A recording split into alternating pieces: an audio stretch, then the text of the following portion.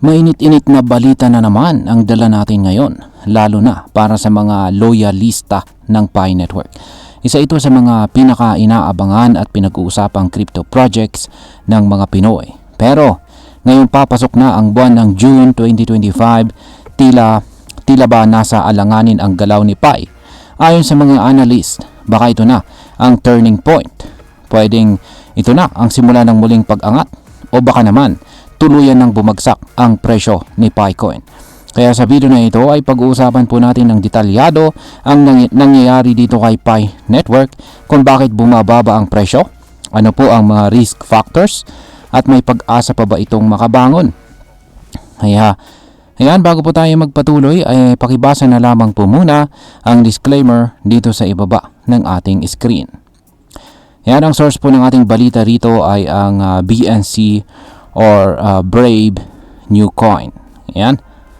Kaya naisimulan po natin sa unang katanungan kung bakit po bumabagsak si Picoin ngayon. Kaya yan itong February po kasi. Nakalipas na buwan ng February 2025, halos umabot na sa presyong $3 ang presyo ni Pi. Pero ngayon ay halos 75% na po ang kanyang ibinaba. Nasa mga 0.68 na lamang po siya ngayon. Ayon po sa mga technical indicators, wala pa tayong nakikitang malakas na sinyales ng recovery.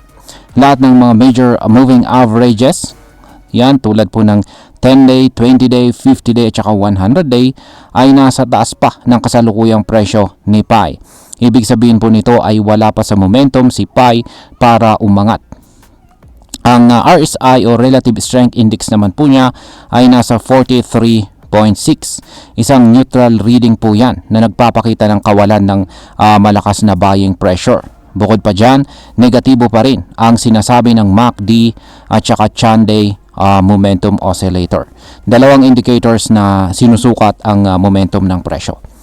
Nagiging mas delikado po ang sitwasyon dahil kahit nagnanaro na po ang Bollinger Bands ni Pi, nakadalasang sinyalis ng isang malapit na breakout, hindi pa rin po malinaw kung ito ba ay pataas or pababa. Ngayon ay pag-usapan naman po natin ang tungkol sa token unlocks at exchange activity sa presyo ni Pi. Ayan, isa po sa pinakamalaking dahilan kung bakit natatakot ang mga investors ngayon ay dahil po sa paparating na token unlock. Ngayong paparating na buwan po ng June, nakatakdang maa-unlock ang mahigit 263 million na Pi coins. Ibig sabihin ay mas maraming Pi ang pwedeng maibenta sa market.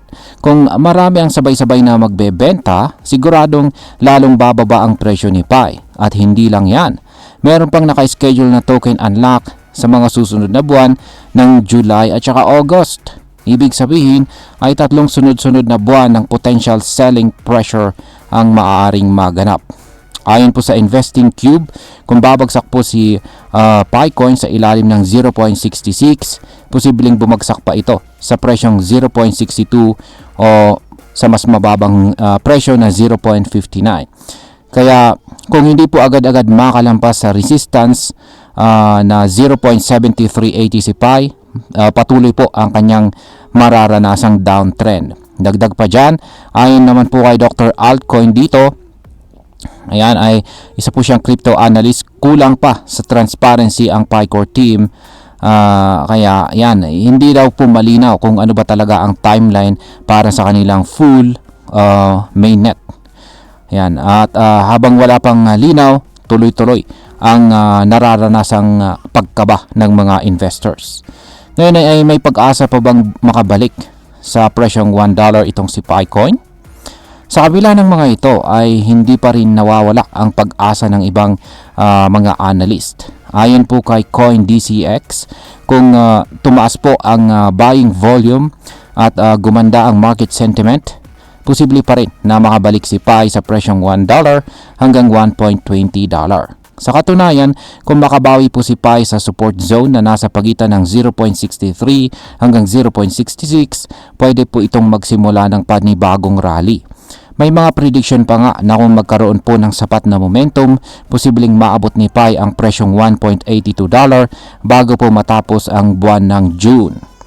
May naitalang pagtaas si Pi ng 10% ngayong buwan ng May. nung tumaas din si Bitcoin at umabot ng $110,000. Ibig sabihin ay naapektuhan pa rin si Pi ng paggalaw ng mas malalaking crypto tulad ni Bitcoin. Ngayon is ano po ang ginagawa ng Pi Network para makabawi or makarecover?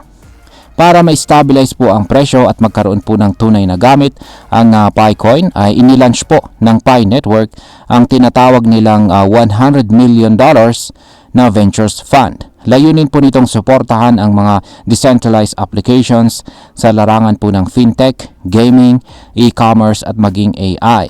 Pero ayon po sa mga kritiko, kulang pa rin ang actual na progress. Hanggang ngayon, wala pa ring listahan si Pi sa mga wala pa rin po sa listahan si Pi sa mga major exchanges tulad po ni Binance at saka Bybit. Isa itong malaking hadlang sa liquidity at exposure ng token. May mga agam-agam din tungkol sa governance structure ni Pi Network. Marami pa rin ang hindi kumbinsido sa pagiging decentralized nito at hindi pa rin malinaw kung kailan eksaktong magla-launch ang kanilang mainnet. Ngayon is ano po ang mga dapat nating bantayan ngayong sunod na buwan ng June 2025. Ang pinaka-critical po na level na dapat nating bantayan ay ang resistance level na nakapwesto po sa 0.7380. Ayan, 0.7380. Kung mabasag po ito, may pag-asa si Pi na umakyat sa presyong 0.76 o malapit po sa Fibonacci level na 0.7586. Pero kung pag hindi po niya mapapanatili ang kanyang presyo sa itaas ng 0.688, baka bumagsak pa ito sa presyong 0.60 o baka mas mababa pa.